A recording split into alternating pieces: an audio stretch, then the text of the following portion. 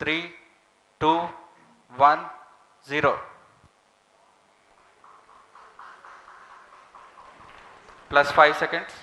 Lift off normal. P1 tracking. P3 tracking. Plus 10 Magnificent seconds. lift-off of PSLV C-57 with Aditya L1 on board. India का पहला moon mission Aditya L1 का successful launch हो गया। आज का दिन तारीख में लिखा गया है।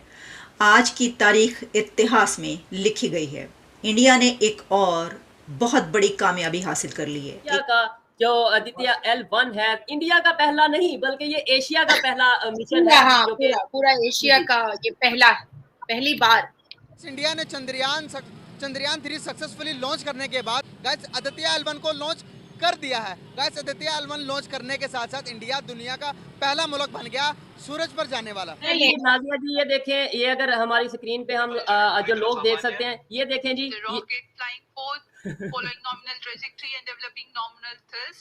और नाजिया जी ये भारत देखें, माता यहाँ की पे जय।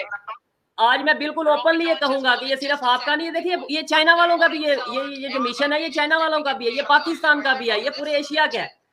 इंडिया का सोलर मिशन, सन मिशन आदित्य L1 आज कामयाबी के साथ लॉन्च कर दिया गया।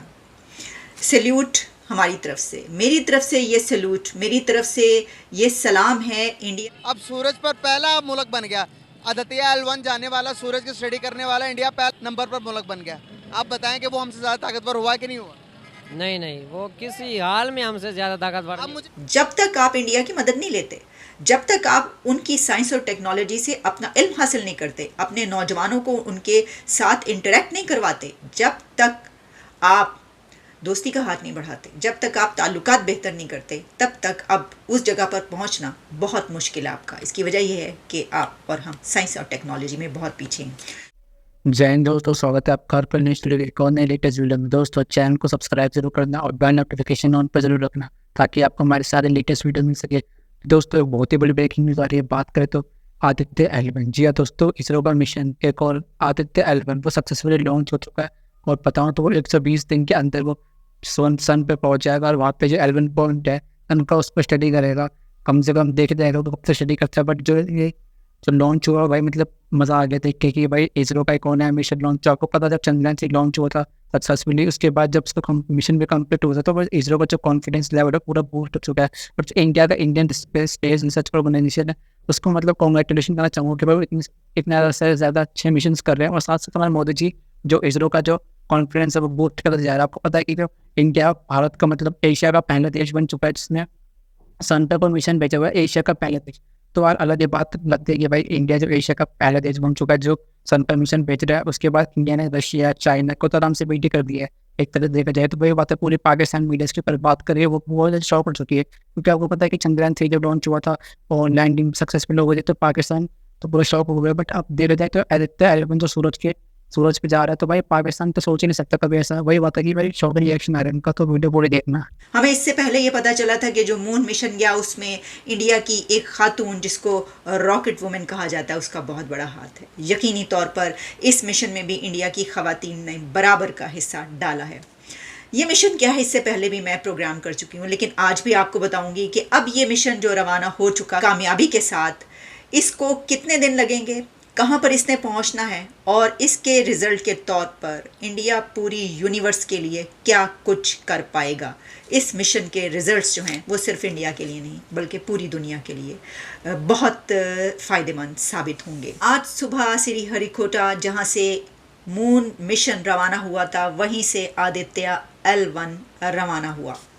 और इससे पहले सोमनाथ जी जो कि हेड करते हैं इसरो को, उनकी तरफ से एक बड़ी लोगों को, अपनी आवाम को ये बताया गया था कि किस तरीके से ये मिशन लॉन्च किया जाएगा। और उससे पहले वो एक बार फिर जैसे मून मिशन से पहले मंदिर गए, दुआएं मांगी। इस मर्तबा भी उन्होंने ये दुआएं मांगी।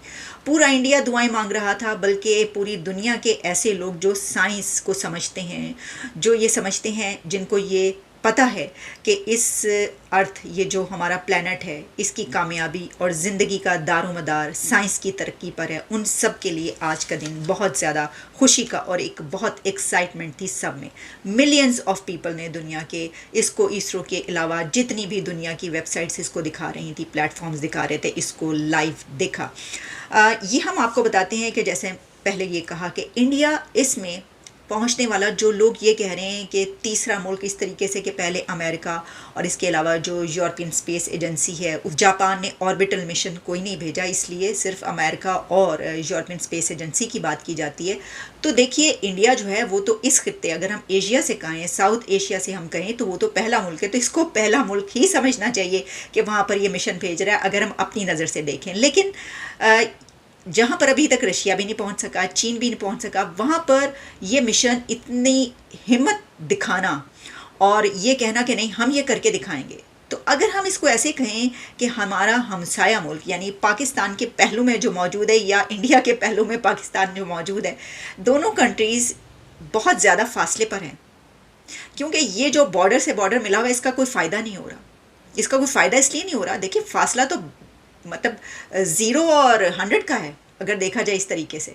कहाँ पाकिस्तान 1 पर खड़ा है अभी साइंस और टेक्नोलॉजी के हवाले से, बल्कि अब तो इकोनॉमी पर भी 0.29 जहाँ पर ग्रोथ रेट वो है, इकोनॉमी की उनकी देखिए कहाँ पर जा रही है, 7% से ऊपर। और फिर स्पेस और टेक्नोलॉजी में तो अब फासला ऐसा गैप है ये कि जिसको आप पूर कर ही नहीं पाएंगे।